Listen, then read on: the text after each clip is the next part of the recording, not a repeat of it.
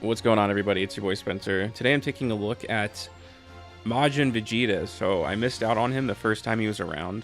I only popped in for like a few days. I think I had like 5k CC when his first banner dropped. I tried it, I didn't get him, and then I kind of like stopped playing the game for a couple months. But he came back around, and I know like probably Ultra Cell, and maybe even by the time this video goes up, it'll have been announced already, is like right around the corner. But I tend to stick with like Saiyan teams, and I guess Cell could be like on a powerful opponent team, but like as a free-to-play player, like light spender, I feel like it's worth it to just kind of stick to the main cast, even if like the new units are really, really good, which obviously it will be. But this card, or this unit, is also amazing. So I guess I'll go over his equipment first. So there are some that, like, if you have another Majin Vegeta like member, and I did try that quite a bit. I'll talk about the team in a moment too, but I couldn't find another like a good Majin Buu team or a Majin Saga team.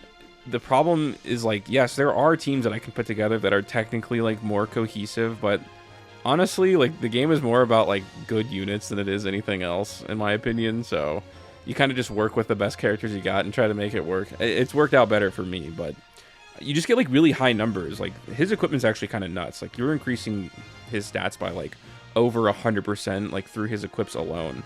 28 to defense for both blast, strike, and blast, and then you get a big boost also to just like attacking in general.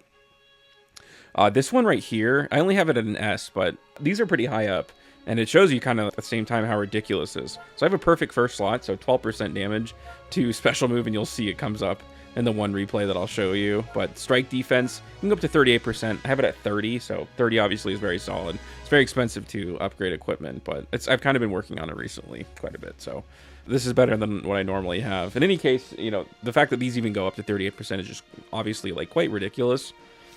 But even at, again, like at 30%, it's obviously like pretty decent. And the last one, I pretty much like had to upgrade myself, but key recovery goes up to, I'm like right there. It's basically almost perfect. And then slot 2 goes up to like 14%, but it's good to strike, blast, and defense.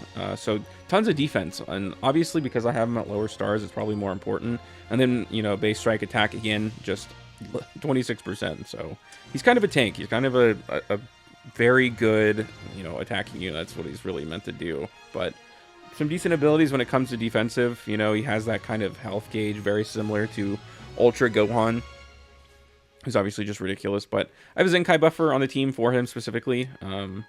It's a 30% to yellow strike and blast attack. So cool little like attack boost there. But obviously the Z ability, Yellow Majin Buu Saga, you just kind of get that Zenkai ability. And obviously I'm going to work on getting the Zenkai levels up here. I don't really have a great thing to tie this all together, and it's also kind of a random team. But this does give me, I believe it's 38% to Saiyan, so I do try to tie the team somewhat. So obviously Gohan in the leader slot is getting that Saiyan buff anyways. But, you know, Turles and Vegeta are just kind of have that one thing in common, which is Saiyan. And then the last one is just simply a Zenkai buff for my Turles. But also, you know, Sagas from the movies gets a buff too, which is good. So Gohan probably fits better here just because like more of these kind of random things are going to him, because he only has Hybrid Saiyan and Sagas from the movies. Only 2 of those kind of fit together. And obviously the showcases for Majin Vegeta himself. So I do get quite a bit. So I do obviously get that huge Saiyan buff like for Vegeta. And then like basically a whole unit dedicated just to buffing him up too. So if I get one more copy, I would feel pretty good. It's just like Ultra Gohan is so good. You just kind of like force him on any team in the leader spot, and you're really good to go. The rest of the team like does a pretty decent job of like helping each other. So we'll go ahead and just showcase one replay. Pretty good. And honestly, you're going to see like how good basically the ultimate for Vegeta is. And a lot of that's to do with how, first of all, how good the unit is just in general, right? Having the AoE green card is just so important in the game right now. But also just his ability to, like, when your opponent hits you with a blast card, you just like feint them and you get a blue card. It's really nuts. So when you combine that together with like a special beam cannon, you can turn around matches so quick. I think that's what happens here. I went for the tackle. Really, he waited so long for that. I got a 964. I thought, I was like, oh, that's pretty good. He hit a 990, so he's obviously just built very different than me. So I'm going to take quite a bit of damage, and like I said, I had like Gotenks in here, the red Gotenks unit. That came out not too long ago. It's like, oh, Majin Vegeta, you know, you can run maybe some better equips to it, but You honestly, you know, every team pretty much just needs a unit that can tank. Or like Secession in this case, but Turles kind of fits both of those categories. And plus I have him with that Zenkai buff, so he really is like kind of just that one unit on my team that just takes hits and rising rushes. But, you know, when you have Gohan next to him, you really like kind of have a pretty good wall of defenses. And then you can just see here, like, pretty much why Majin Vegeta is like better than, like, you know, Red Gotenks on this team, despite maybe not fitting the category so well. Like, you just do so much more damage.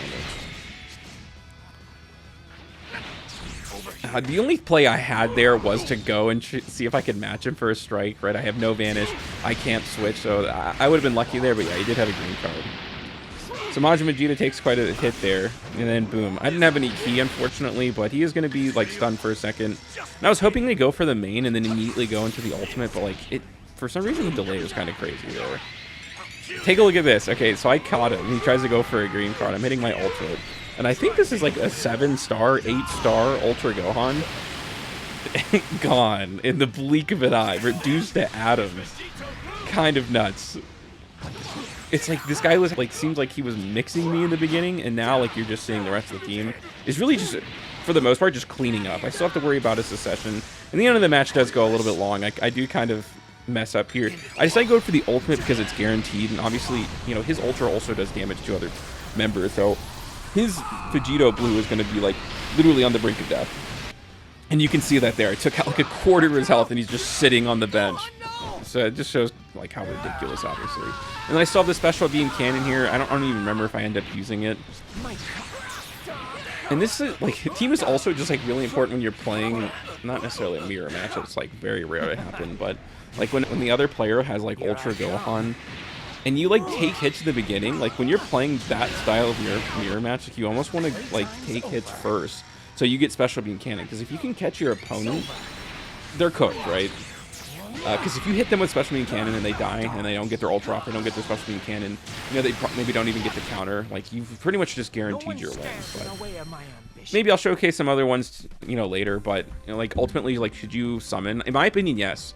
Like, if you're a free-to-play player, I think that having Majin Vegeta in the long run is going to be better, unless, like, this Ultra Cell is literally, like, broken beyond compare, and, like, a Majin Vegeta team, or, like a Cell Saga team becomes, like, really good, which obviously is what they're pushing for. Then I guess we'll have to see. But it's like none of the Zenkai Awakens that came out recently really fit, like, Majin Vegeta. It's like all, like, android stuff, and, like, are you really banking on the long-term support of androids, or would you rather, like, focus on Vegeta, who can fit on so many Saiyan teams, as, like, tons and tons of new Saiyan cards come out, or units? At least that's my opinion. Let me know what you guys think about this in the comment section down below. And that's going to do it for today's video, and I will see you guys next time.